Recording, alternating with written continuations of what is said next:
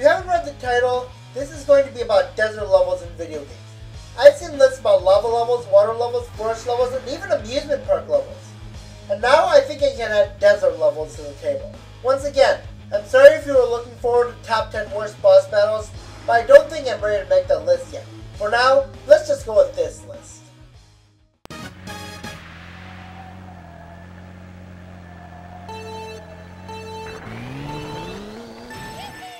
Mushroomy Kingdom.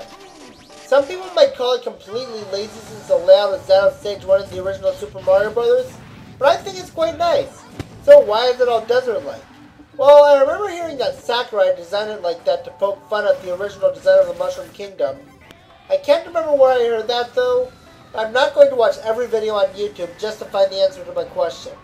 When you select a stage, there's a chance you'll be sent to the underground portion of the stage rather than the above ground portion of the stage.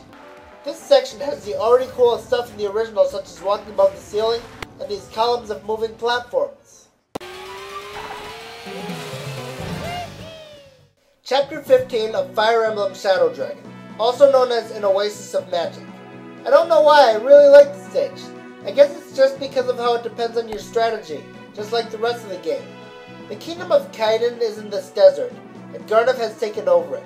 Many knights have tried to fight him off, but they were no match for him. As for how the level itself plays out, it doesn't have any new recruits or bosses or anything, but there is one thing you definitely should watch out for. Garnov is a huge threat because of how powerful he is, and because he is invincible since you don't have the Starlight magic yet. So don't let your characters get too close to him or else he'll get killed off. Either try to avoid him as you press on, or just stall the battle for 6 turns until he leaves. The area itself, since it's a desert, some characters won't be able to move as far in one turn as they can in normal land. This is kind of annoying, but it's a somewhat interesting gimmick and it isn't patience trying like it ordinarily would be, especially if you have a winged character or a magic unit. This overall is good, but it would have been higher if it had more stuff to it. Sandy Drifts from Sonic and Sega All-Stars Racing. This stage originates from Super Monkey Ball, which I haven't played that much, but I'm thinking about it. First you drive down a ramp through a tunnel, then through 2 intersecting paths, followed by a round section with gaps in it. After going through some turns, you'll come to another temple area and then a series of ramps. After riding up a big ramp with boost pads on it, you get launched up into the air up to a much higher area, across a bridge, past some more intersecting paths, and then through the goal. This is overall a clever layout, but it does feel like a great Monkey Ball stage. I wonder if I should play more Monkey Ball games. Either way, I like it, but it would have been higher, but this game's controls aren't necessarily bad, just not very impressive, making it easy to fall off.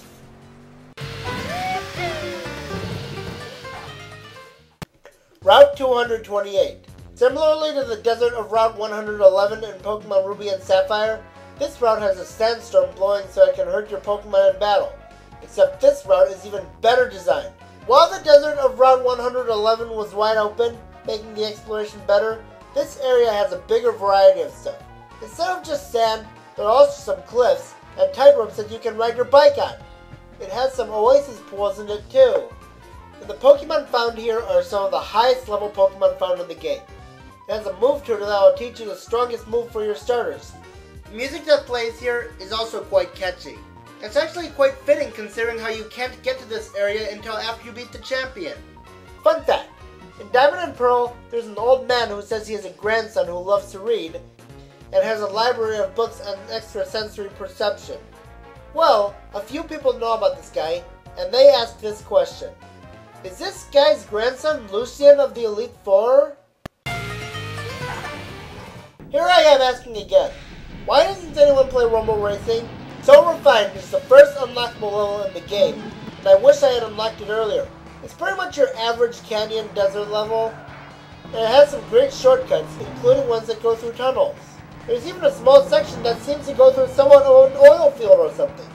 Great level, though the atmosphere isn't as cool as the other levels in the game.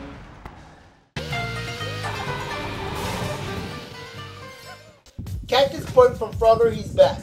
The reason I'm only talking about Cactus Point and not the entire desert zone is because I've only beaten Cactus Point and I haven't gotten very far in Boulder Alley.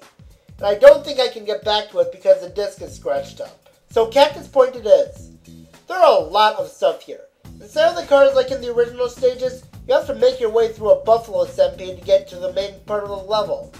Some other enemies in Cactus Point consist of snakes, boulders, etc. Sometimes, to find one of the frogs, you'll need to ride a bird in order to reach it. And after you save all 5 frogs, it's so satisfying, just like in every other level in the game.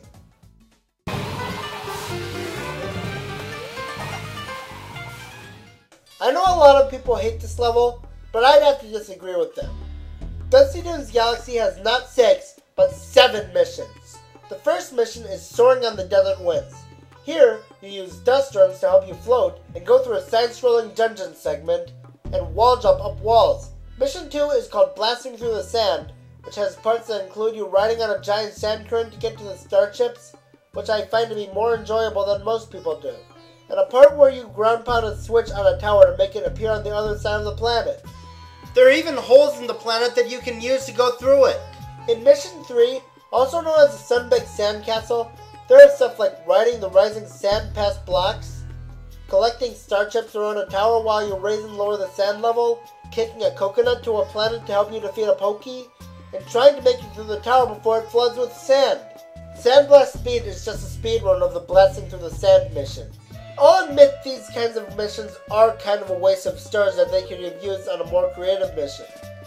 Purple Coins in the Desert is also part of the Blasting Through the Sand mission, except you have to get 100 purple coins rather than just beat the mission. Bullet Bill on your back is more creative. You go to the way you ordinarily would in Mission 3, but when you get to the smaller planet, instead of pressing on, you must ground pound a stump to make music notes appear.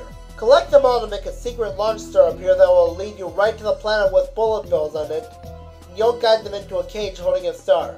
But you'll be required to lower the sand in order for them to get down. In the final mission, Treasure of the Pyramid, you enter a secret pyramid room and it'll have a lot of sand that rises and lowers, making parts of it accessible and inaccessible.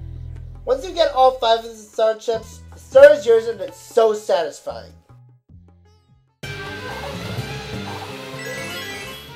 Gold Rush from Crash Bandicoot Wrath of Cortex. I know, another Wrath of Cortex entry, as if I didn't talk about this game enough. Well, I have not played a lot of Crash Bandicoot games, so it was either this or Papu's Pyramid from Crash Team Racing. Papu's Pyramid was good, but I felt Gold Rush was more interesting. For the first part, you just run through a linear segment avoiding cactuses and cows, nothing special. Then you jump over the platforms, and there's a bonus section that's like all other ones. After going through another linear section, you go into the mines, you get across some monkey bar sections, and then ride on this train car where you can flip up, and press the button fast to make it go faster. After that, you have more monkey bar sections, you go through another town segment, and look, there's even a wanted poster of Cortex. That's pretty fitting for this game. Across the bridge, through another path, and you'll travel across the rooftops with more monkey bar segments, some henchmen that try to blow you up with dynamite, until you reach the goal. That is a very good design choice for a level.